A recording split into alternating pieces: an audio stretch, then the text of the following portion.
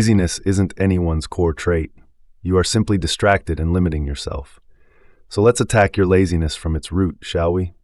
Reason number 1, instant gratification. Have you ever wondered why Netflix, social media, or gaming seems so much easier to choose over your goals?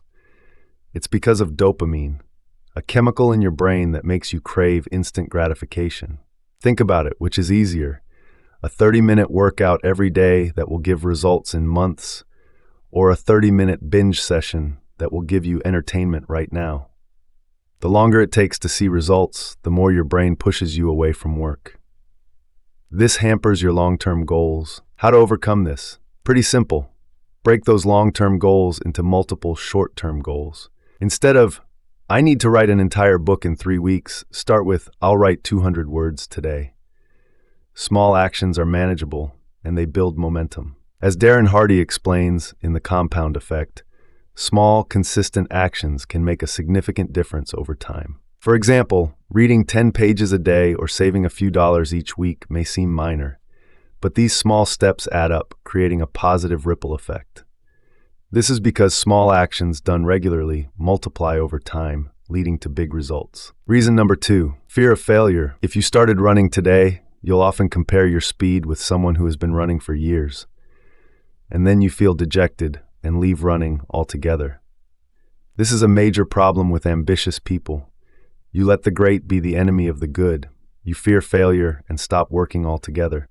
Researcher Dr. Brené Brown explains that fear of shame and criticism can paralyze action. Let's say you want to start a blog, but instead of writing the first post, you overthink every detail and never get started.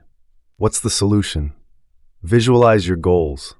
Research by Dr. Gail Matthews, in his Goals Research Summary, found that writing down goals makes you more likely to achieve them. Keeping your goals in sight makes you more accountable. Visualization is like giving your dreams a roadmap. It transforms vague ideas into clear steps you can act on. This way you stay motivated and on track, making success feel achievable. So what you can do is create a vision board of your goals, like running every day for 30 minutes on a hilltop. Seeing this daily keeps you focused and motivated to take steps toward each one. Reason number 3, self-limiting beliefs. You can be the biggest enemy of yourself. Yes, you heard it right. Every time you pick a new goal to improve your life, you just say, I'm just not disciplined. It's not for me, and leave it all together. This is called self-sabotaging. According to Dr. Carol Dweck, having a fixed mindset, believing you're either good or bad at something, prevents growth. Seeing laziness as part of your identity limits your ability to change. Now, there can be many reasons why people self-sabotage. Turns out, the majority of them do this to protect their ego. When you say, I'm good at what I do, I work hard, it can create pressure to succeed. This leads to fears like, what if I don't succeed? And what would my friends think? As a result, you play safe and avoid work, reinforcing a cycle of laziness and self-doubt. Solution: shift your identity to what you want to be.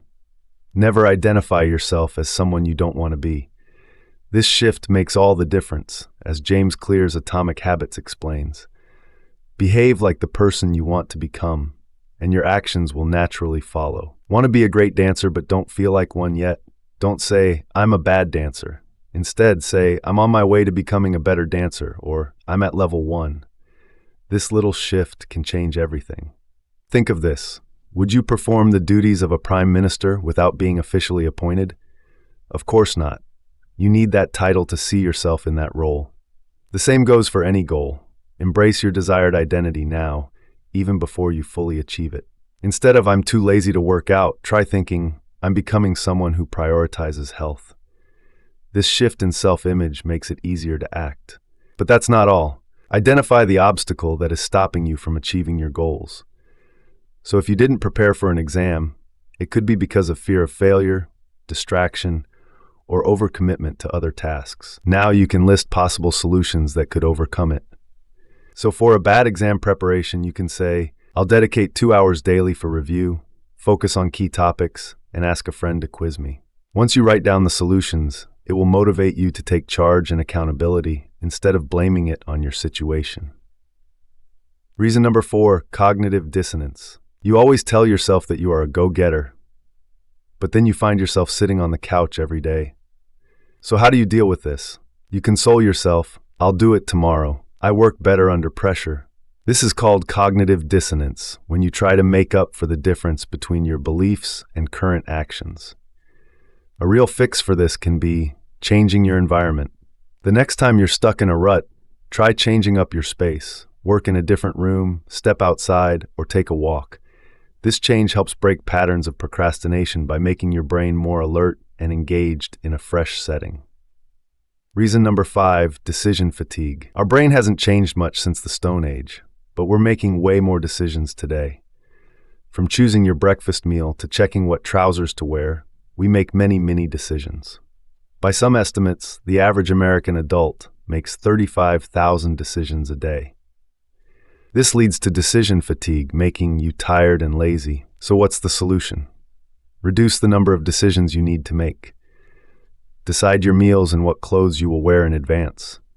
This will reduce your mini decisions. Studies on energy rhythms show that working with your natural cycles boosts productivity. Find out when you're most energetic and use that time for high-priority tasks. If you feel most alert in the afternoon, dedicate that time to your most challenging tasks, saving easier ones for the morning or evening. Finally, it's time for some bonus techniques to beat laziness.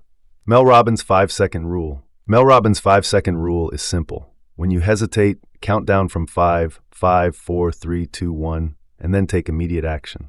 For instance, if you find yourself stuck on the couch instead of studying, use the countdown to disrupt your autopilot mode and get moving.